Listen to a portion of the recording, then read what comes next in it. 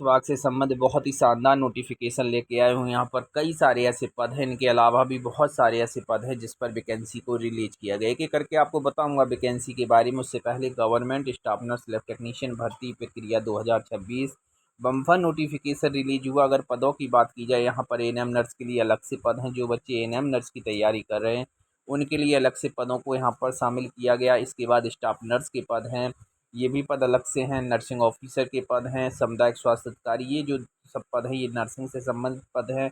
इसके अलावा यहाँ पर लैब टेक्नीशियन का अलग से पद है। लैब असिस्टेंट के भी पदों को यहाँ पर शामिल किया गया है।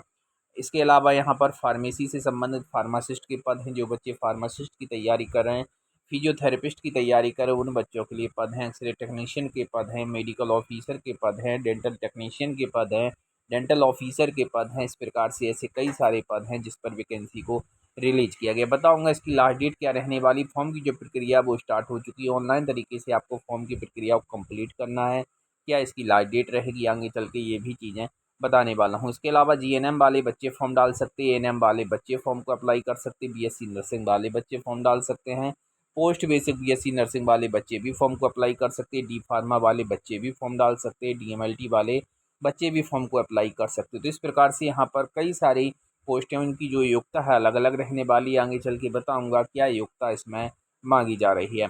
जल्दी आवेदन करें। इसकी जो प्रक्रिया है, फॉर्म की प्रक्रिया है, कब तक समाप्त होगी, कब तक लास्ट डेट रहेगी, सारी चीज़ें आगे चल के बताऊँगा। जो भी बच्चे यहाँ पर 18 से 40 वर्ष तक के हैं वो यहाँ पर फॉर्म अप्लाई कर सकते हैं। तो आगे चल के कई सारे पॉइंट होंगे। सिलेक्शन की प्रोसेस किस प्रकार से होगी, एज लिमिट क्या मांगी जा रही, किस पोस्ट की क्या एज लिमिट रहेगी, लास्ट डेट क्या रहेगी, फॉर्म की प्रक्रिया की बात करूँगा, एजुकेशन की बात करूँगा। कई सारे पॉइंट एक एक करके वीडियो के माध्यम से डिस्कस करूँगा। तो जो भी बच्चे चैनल से नए जुड़े हैं, सबसे पहले चैनल को सब्सक्राइब कर लीजिए, बेल आइकन जरूर दबा देना, जिससे हमारे नोटिफिकेशन आप तक पहुंचते रहें। डिटेल्स नोटिफिकेशन के लिए आप लोग टेलीग्राम को बस ज्वाइन करें। टेलीग्राम की जो लिंक है वो आप लोगों को डिस्क्रिप्शन बॉक्स में देखने को मिल जाएगी। तो चलते हैं इसकी डिटेल्स नोटिफिकेशन पर। फ्रेंड्स, यहाँ पर ढेर सारे ऐसे पद हैं जिस पर वैकेंसी को रिलीज किया गया। आप लोग यदि डेंटल सर्जन की तैयारी कर रहे हैं, यहाँ पर फॉर्म डाल सकते हैं। 27,000 के ऊपर सैलरी रहेगी। मेडिकल ऑफिसर की तैयारी कर रहे हैं आरपीएस की, 25,000 के ऊपर सैलरी रहेगी। यहाँ पर फिजियोथेरेपिस्ट की जो सैलरी 18,000 रुपये रहने वाली। नर्सिंग ऑफिसर की पोस्ट है, नर्सिंग ऑफिसर की 16,500 रुपये तक सैलरी रहने वाली। कम्युनिटी हेल्थ ऑफिसर की यहाँ पर पोस्ट है, सीएचओ की 16,500 रुपये सैलरी। एएनएम की पोस्ट है, 12,000 रुपये सैलरी है। लैब टेक्नीशियन की पोस्ट है, 14,000 रुपये यहाँ पर सैलरी रहने वाली। फार्मासिस्ट की 16,500 रुपये, काउंसलर की 12,000। इस प्रकार से यहाँ पर लैब असिस्टेंट की 8800। कई सारी ऐसी पोस्ट हैं जिस पर वैकेंसी को रिलीज किया गया है। यहाँ पर क्लास 4 के भी पद हैं, सेक्रेटरियल असिस्टेंट के भी पद हैं। इसके अलावा जूनियर सेक्रेटरियल असिस्टेंट के पद हैं। जो बच्चे यहाँ पर ब्लॉक मैनेजर डेटा की तैयारी कर रहे हैं वो बच्चे यहाँ पर फॉर्म अप्लाई कर सकते हैं। इसी प्रकार से फिर से डेंटल सर्जन की पोस्ट है। जो बच्चे यहाँ पर डेंटल सर्जन की तैयारी कर रहे हैं, आप लोग यहाँ पर फॉर्म को अप्लाई कर सकते हैं। और मेडिकल आयुष आरबीएस की फिर से यहाँ पर पदों को शामिल किया गया। फिजियोथेरेपिस्ट के पद है, नर्सिंग ऑफिसर के पद हैं, स्टाफ नर्स के पद हैं, स्टाफ नर्स के ये सारे पद रहने वाले हैं। फिर से नर्सिंग ऑफिसर के पद है, कम्युनिटी हेल्थ ऑफिसर के पद हैं यहाँ पर। वो एएनएम के यहाँ पर पद रहने वाले। एमपीडब्ल्यू जो बच्चे एमपीडब्ल्यू मेल की तैयारी, मेल जो बच्चे पुरुष बच्चे एमपीडब्ल्यू की तैयारी कर रहे हैं वो बच्चे फॉर्म डाल सकते हैं। लैब टेक्नीशियन के यहाँ पर पद हैं, लेबोरेटरी टेक्नीशियन, लैब सुपरवाइजर एसटीएलएस के पद हैं, एसटीएस के पद हैं, फार्मासिस्ट के पद हैं। इसके अलावा यहाँ पर और भी ऐसे कई सारे पद हैं। टीवी एचवी के पद हैं। रेडियोग्राफर जो बच्चे एक्सरे टेक्नीशियन रेडियोग्राफर की तैयारी कर रहे हैं वो बच्चे फॉर्म डाल सकते हैं। डेंटल असिस्टेंट के पद हैं, कोकम केयर टेकर के पद हैं, अटेंडेंट के पद हैं, क्लीनर के पद हैं, क्लास 4 के पद हैं। इसी प्रकार से यहाँ पर जो बच्चे ब्लॉक प्रोग्राम मैनेजर की तैयारी कर रहे हैं वो बच्चे यहाँ पर फॉर्म डाल सकते हैं। ब्लॉक मैनेजर की पोस्ट, अकाउंटेंट के पद हैं। इसके अलावा जूनियर सेक्रेटरियल असिस्टेंट के पद हैं। इस प्रकार से यहाँ पर 30 प्रकार की ऐसी पोस्टें हैं जिस पर वैकेंसी को रिलीज किया गया। सैलरी सभी की अच्छी खासी रहने वाली हैं। पोस्ट सभी की अच्छी खासी रहने वाली हैं। जो पूरा नोटिफिकेशन है आप लोग यहाँ पर देख सकते हैं। जो नोटिफिकेशन है कार्यालय मुख्य चिकित्सा एवं स्वास्थ्य अधिकारी बैकुंठपुर छत्तीसगढ़ के थ्रू रिलीज किया गया है।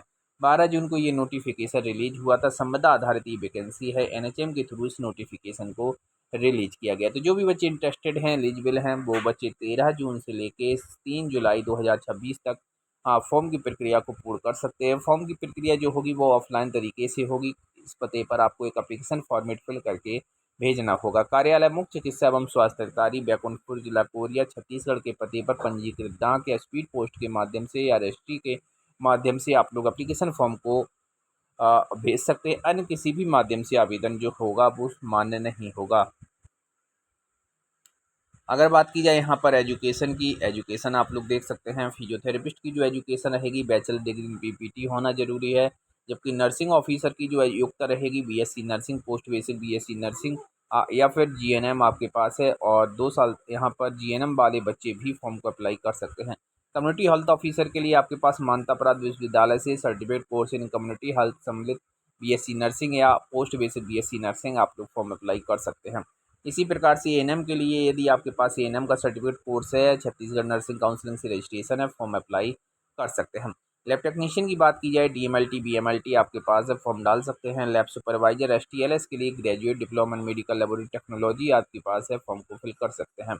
एसटीएस की भी योग्यता यहाँ पर आप लोग देख सकते हैं। एसटीएस के लिए यहाँ पर स्नातक या फिर सैनिटरी इंस्पेक्टर कोर्स, कुछ भी है, 2 पहिया वाहन चलाने का लाइसेंस या गाड़ी चलाना आना चाहिए, ये सारी चीज़ें आपके पास, तो फॉर्म अप्लाई कर सकते हैं। फार्मासिस्ट के लिए डिग्री या डिप्लोमा फार्मेसी 50% अंकों के साथ छत्तीसगढ़ फार्मासिस्ट फार्मेसी काउंसिलिंग से आपका यदि पंजीकरण है, फॉर्म अप्लाई कर सकते हैं। रेडियोग्राफर के लिए बात की जाए, यहाँ पर 12वीं के साथ साथ एक्सरे टेक्नीशियन या फिर रेडियोग्राफर का छत्तीसगढ़ शासन से मान्यता प्राप्त पैरामेडिकल पाठ्यक्रम जो है वो उत्तीर्ण आपके पास होना जरूरी है। इस प्रकार से यहाँ पर इन पोस्टों के लिए योग्यता मांगी जा रही है। आप लोग यहाँ पर देख सकते हैं प्रत्येक पोस्ट की जो योग्यता है अलग अलग मांगी जा रही है।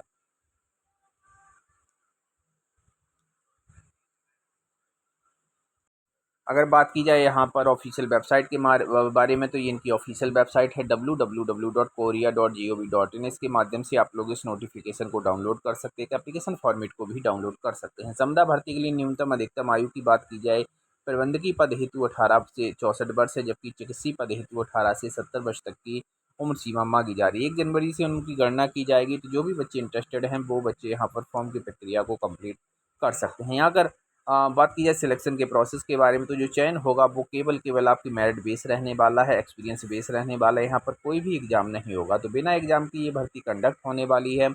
अगर बात की जाए यहाँ पर एप्लीकेशन फ़ीस के बारे में, तो यहाँ पर आप लोग देख सकते हैं जो बच्चे यूआर से बिलोंग करते हैं उनकी अगर 25,000 से कम सैलरी है तो 300 रुपये फ़ीस लगेगी। और 25,000 से ज़्यादा सैलरी तो 400 रुपये एप्लीकेशन फ़ीस लगेगी।